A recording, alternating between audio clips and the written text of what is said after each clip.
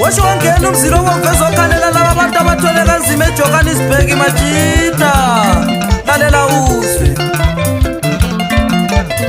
kubuhlungu mambona abafowethu behlupheka kangaka khona le Goli. Lalela uzwana weNkulunkulu uZamandla mdali womhlaba kwenyama yezulu. weNkulunkulu uZamandla mdali womhlaba kwenyama yezulu.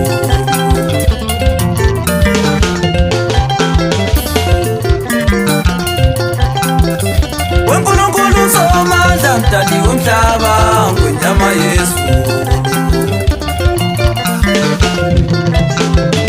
weNkulunkulu uZamandla mdali womhlaba kwenyama yezulu.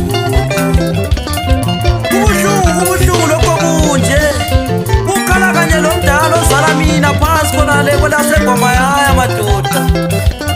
Siza abantu bakho bona bathwele ubunzima kumhlaba ongowakho.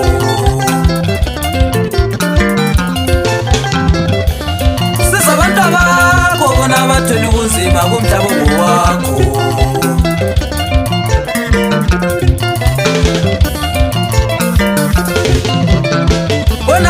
Sisusizi bayahlupheka laba bantu babhema izidakamizwa.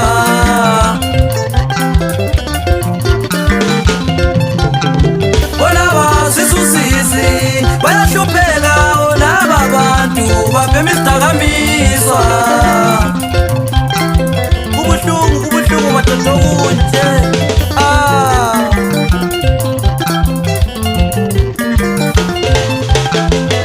Zingizisihlelo mambona indodakazi ihlupheka kangaka khonale Goli.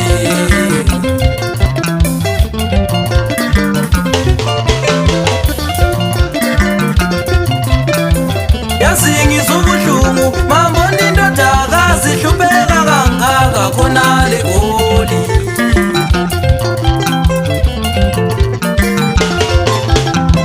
Yazingizisihlelo indodakazi ihlupheka kangaka khonale South Africa.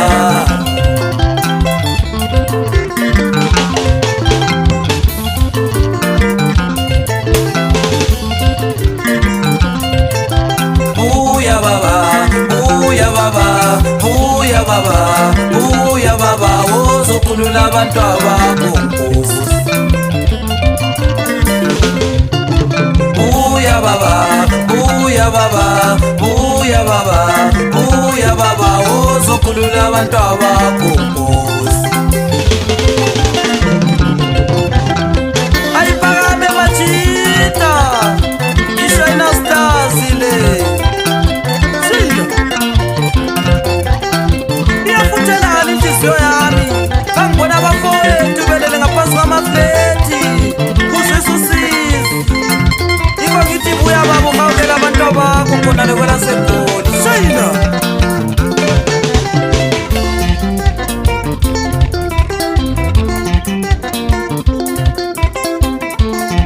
Ungaphuma ubhode madoda khonale kwelaseYibro ubujike njalo uveli bahawula laba bantu bathole kanzima madoda. Fine.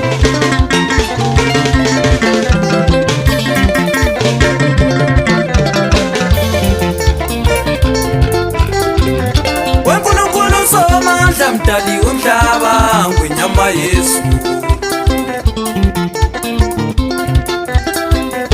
weNkulunkulu uZamandla mdali womhlaba kwenyama yezulu.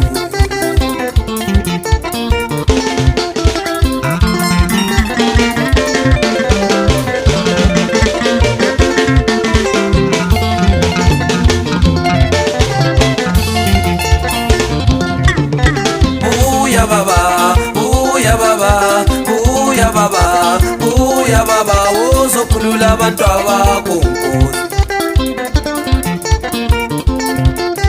Buya baba, buya baba, buya baba, buya baba, wozokhulula abantu bakho Nkosi.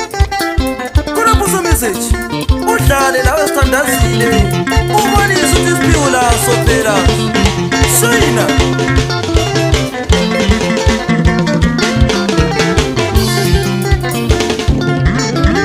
buya baba buya baba buya baba buya baba ozokhulula abantu abakho Nkosi bathela ubunzima kwelaseJohannesburg udlale lawe sisulanga ichopela lo charity ohandi laphana uzobe unandi le family yami kunje manje sayina jabula we yazingi zisihelo mamboni indodaka zihlupheka kangaka khona le goli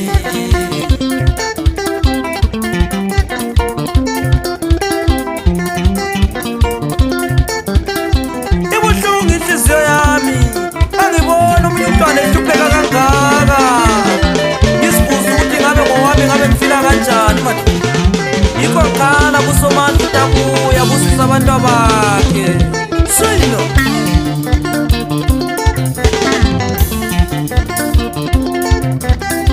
bazodlala lingoba phela osazolumanzi osipura laphana eShayinasi ishophela la intandosi bafana Zwana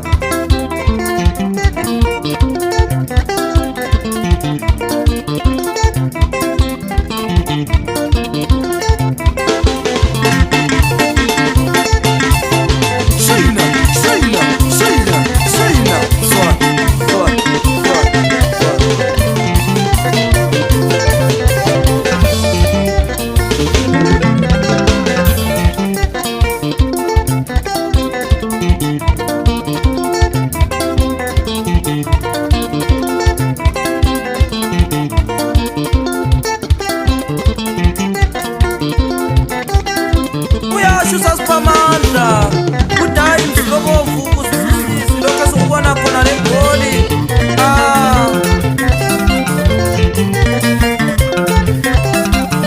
wenkulunkulu somandla mdali womhlaba nyama Yesu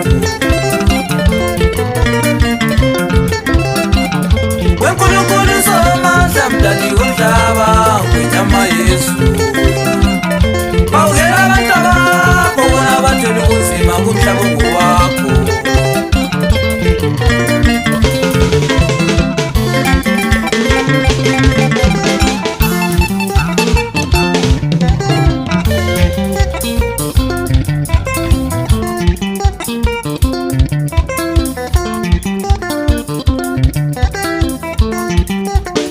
bizodlala phela ingoma ze-Shayina Stars ngisho khona le ngwalathi semba mayaya yonke khona le madoda kubolithena kubonyathi sisehla siyakhona le komsipha mfana ngisho la kwasando phela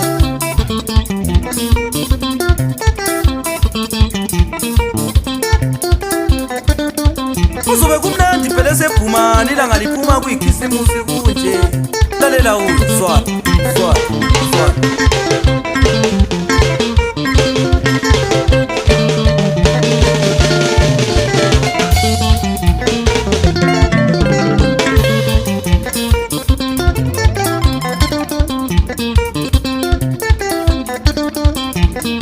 Uthi bazisusiza abafowethu madoda khona lokho le goli abanye bafike balunde abanye yilaba sebebheka izidakamizwa madoda ibuhlungu lempilo abayiphilayo wenkulunkulu somandla mdali womhlaba wenyama Yesu